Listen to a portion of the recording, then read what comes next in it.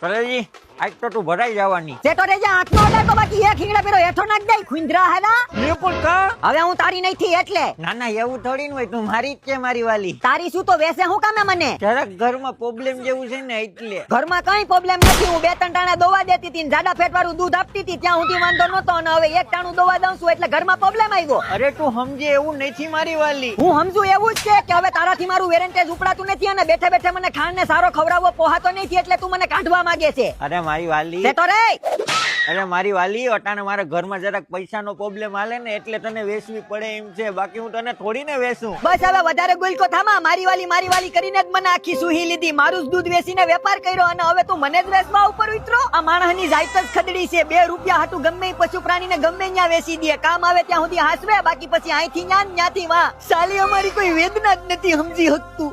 બસ મારી વાલી બસ. હવે એક શબ્દ પણ આગળ ન બોલતી. જે તો મારી અંદરના માણસને જગાડી દીધો. તું ઉપાધિ ઘરમાં હું તને ક્યાંય નહીં વેચું. હું તારું વેરેન્ટેજ ઉપાડી. તું જ્યાં સુધી જીવી ત્યાં સુધી હું તને ખવડાવી પીવડાવી. બોલ તારે હું ખાવું? ખોડ એન્ડ ગુસો with extra cheese and chilli tomato sauce. થોડુંક વધી નહીં જાય? માય ગયું, મારે રહેવું જ નથી. સાલી લઈ આવું ભેગી લીટર એકની થમ્સઅપની બોટલ લઈ લે. તો ઉપાધિ ઘરમાં તું લેતો હું. તું હું મને વેસી, હું તને વેસી નાખું એવી. એ ઝડપ થઈ જાય.